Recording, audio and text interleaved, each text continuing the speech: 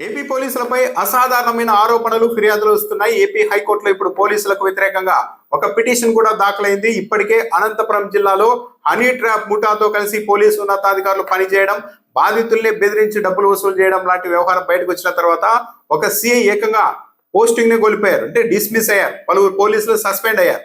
ఇప్పుడు లేటెస్ట్ గా విజయవాడ పోలీసుల మీద ఏపీ హైకోర్టులో పిటిషన్ దాఖలైంది. పల్నాడు జిల్లాకు చెందిన 70 ఏళ్ల వృద్ధుడు కర్ణాటి వీరభద్రరావు ఏపీ హైకోర్టులో పిటిషన్ దాఖలు చేశారు. ఆయన తరఫున వాదనలు వినిపించిన న్యాయమూర్తి హైకోర్టు ప్రధాన న్యాయమూర్తి ధర్మాసనం ముందు కీలకమైన అంశాన్ని ప్రస్తావించారు. 70 ఏళ్ల వృద్ధుడైన కర్ణాటి వీరభద్రరావును పోలీసులు కొట్టి బెదిరించి వైట్ కాగితాల మీద సంతకాలు కూడా తీసుకున్నారని ఆరోపించారు.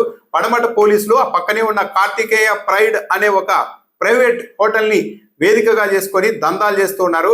ఈ దందాల్లో విజయవాడ అదనపు డీసీపీ మురళీకృష్ణ, పడమట సిఐ పవన్ కిషోర్లు కలిసి దందాలు చేస్తూ ఉన్నారు. బాధితుల్ని తీసుకురావడం, సెటిల్మెంట్లు చేయడం, మాట వినకపోతే కొట్టడం, చిత్రహింసలు పెట్టడం, ఆ తర్వాత తెల్ల కాగితాల మీద సంతకాలు తీసుకోవడం లాంటివి చేస్తున్నారు. అలాంటి బాధితుల్లో వీరభద్రరావు కూడా ఒకడు. ఈ మొత్తం వ్యవహారంలో పోలీసుల సంగతి తేలాలి అంటే ఆ కార్తికేయ హోటల్ కి సంబంధించిన సీసీ ఫుటేజ్ ను మొత్తం భద్రపరిచేలాగా తక్షణం ఆదేశాలు ఇవ్వడంతో పాటు సిబిఐ దర్యాప్తుకు ఆదేశించాలి అని పిటిషనర్ హైకోర్టును విజ్ఞప్తి చేశారు. అయితే ఈ పిటిషనర్ విజ్ఞప్తిని ప్రభుత్వ తరఫున న్యాయవాది వ్యతిరేకించారు. అసలు ఈ పిటిషన్ కు విచారణ అర్హతే లేదు, ఇవన్నీ అవాస్తవమైన ఆరోపణలు అని కోర్టు దృష్టికి తీసుకెళ్లే ప్రయత్నం చేశారు. అయితే ప్రధాన న్యాయమూర్తి మాత్రం ప్రభుత్వ న్యాయవాది వాదనని పరిగణలోనికి తీసుకోలేదు. పోలీసులే ప్రైవేట్ హోటల్ ని వేదికగా చేసుకొని దందాలు చేయడం, సెటిల్మెంట్లు చేయడం, ప్రైవేట్ వ్యక్తుల్ని తీసుకొని వచ్చి కొట్టడం, బెదిరించడం, ఆ తర్వాత తెల్ల కాగితాల మీద సంతకాలు తీసుకోవడం లాంటివి చాలా తీవ్రమైన అభియోగాలు ఇవి. దాంతోపాటు అనధికారికంగా వ్యక్తుల మీద నిఘా పెట్టడం, వాళ్ళ కాల్ డీటెయిల్స్ అన్ని సేకరించడం, డిజిటల్ నిఘా పెట్టడం, ఇవన్నీ చాలా తీవ్రమైన ఆరోపణలు. వీటి సంగతి తేల్చాల్సిన అవసరం ఉంది. కాబట్టి సీసీ ఫుటేజ్ ను మొత్తం భద్రపరచండి అని హైకోర్టు ఆదేశిస్తూ తదుపరి విచారణను జూన్ నెలకు వాయిదా వేసింది. అయితే ఇదివరకు కూడా హైకోర్టు పలు కేసుల్లో ఇదే విధంగా సీసీ ఫుటేజ్ ను భద్రపరిచి హైకోర్టు ముందు ఉంచాలి అని ఆదేశించినప్పుడు పోలీసులు ఆ తర్వాత విచారణలో సీసీ ఫుటేజ్ కాలిపోయింది, కోతులు వైర్లు కట్ చేశాయి కాబట్టి సీసీ ఫుటేజ్ లేదు అంటూ నేరుగా హైకోర్టుకే చెప్పారు. ఇప్పుడు కార్తికేయ ప్రైడ్ హోటల్ కి సంబంధించిన సీసీ ఫుటేజ్ ను సేకరించి హైకోర్టు ముందు ఉంచుతారా లేదా అన్నది కూడా చూడాలి. అయితే ప్రభుత్వ న్యాయవాది ఇంకో విషయం కూడా చెప్పారు. కార్తికేయ ప్రైడ్ అనే హోటల్ ప్రైవేట్ హోటల్, అక్కడ సీసీ ఫుటేజ్ ను మనం సేకరించలేమని హైకోర్టు దృష్టికి తీసుకెళ్లగా ఆ వాదనను కూడా ప్రధాన న్యాయమూర్తి పరిగణలోనికి తీసుకోలేదు. ఒక ప్రైవేట్ హోటల్ అయినంత మాత్రాన అక్కడ సీసీ ఫుటేజ్ ను సేకరించలేకుండా ఉండడానికి మీరేమి అధికారం లేని వాళ్ళు కాదు అంటూ కూడా హైకోర్టు వ్యాఖ్యానించింది. కాబట్టి సీసీ ఫుటేజ్ ను భద్రపరచాల్సిందే అని ఆదేశించింది.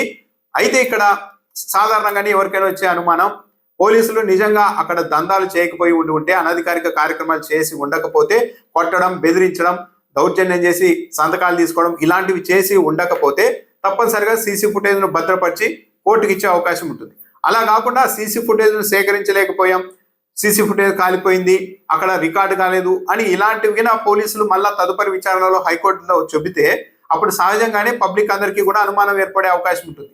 పోలీసులు దందాలు చేశారు కానీ అవన్నీ బయటకు రాకూడదని ఉద్దేశపూర్వకంగానే సీసీ ఫుటేజ్ లేదు అని చెబుతున్నారు అని భావించడానికి అవకాశం ఉంటుంది.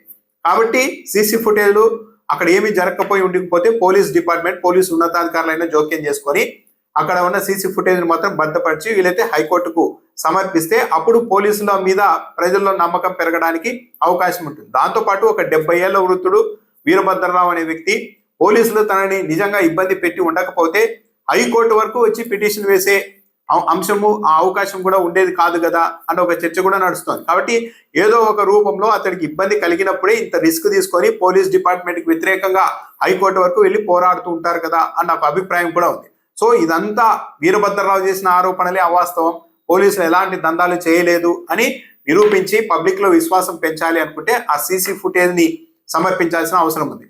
ఒకవేళ పోలీసులు ఆయన ఆరోపిస్తున్నట్లు మురళీకృష్ణ, సిఐ పవన్ నిజంగానే ఇలాంటి దందాలు చేసి ఉంటే పోలీస్ డిపార్ట్మెంట్ మొత్తానికి చెడ్డపేరు రాకుండా ఉండడం కోసమైనా పోలీసు ఉన్నతాధికారులు, డీజీపీ స్థాయి అధికారులు వాళ్ళ మీద ఏమైనా చర్యలు తీసుకునే అంశాన్నైనా పరిశీలించాలి. అనంతపురంలో హనీ ట్రాప్ వ్యవహారం బయటకు రాగానే ఒక సిఐని ఏకంగా డిస్మిస్ చేశారు. ఎవరు ఊహించలేదు అంత కఠినంగా వ్యవహరిస్తుంది పోలీస్ డిపార్ట్మెంట్ అని. ఆ తర్వాత అలాంటి చర్యలు తీసుకున్న తర్వాత పలువురు పోలీసుల్ని సస్పెండ్ చేసిన తర్వాత పోలీస్ శాఖ మీద గౌరవం పెరిగింది. సో ఈ వ్యవహారంలో ఎలా వ్యవహరిస్తారు అన్నది చూడాలి. నిజంగానే ఇది జరిగింటే పోలీస్ స్టేషన్ పక్కనే ఒక హోటల్ ని కేంద్రంగా చేసుకొని స్వయంగా ఉన్నతాధికారి విజయవాడ అదనపు డిప్యూటీ పోలీస్ కమిషనర్ మురళీకృష్ణ, పడమట సిఐ పవన్ ఈ స్థాయి వాళ్ళు కూడా అక్కడ ఇన్వాల్వ్ అయ్యి అతన్ని ఇబ్బంది పెట్టి ఇలా దందాలు చేస్తూ ఉంటే చాలా తీవ్రమైన అంశం. పోలీస్ డిపార్ట్మెంట్ విశ్వసనీయతకే ప్రమాదం ఏర్పడే అవకాశం ఉంటుంది. కాబట్టి తదుపరి విచారణలో పోలీసులు సీసీ ఫుటేజ్ని భద్రపరచామని చెప్తారా, లేదంటే లేదు అని ఏమన్నా తప్పించడానికి ఏమైనా ప్రయత్నం చేస్తారా అన్న దాన్ని బట్టి ఏం జరిగింది అన్నదానికి ఒక అంచనా కావచ్చు.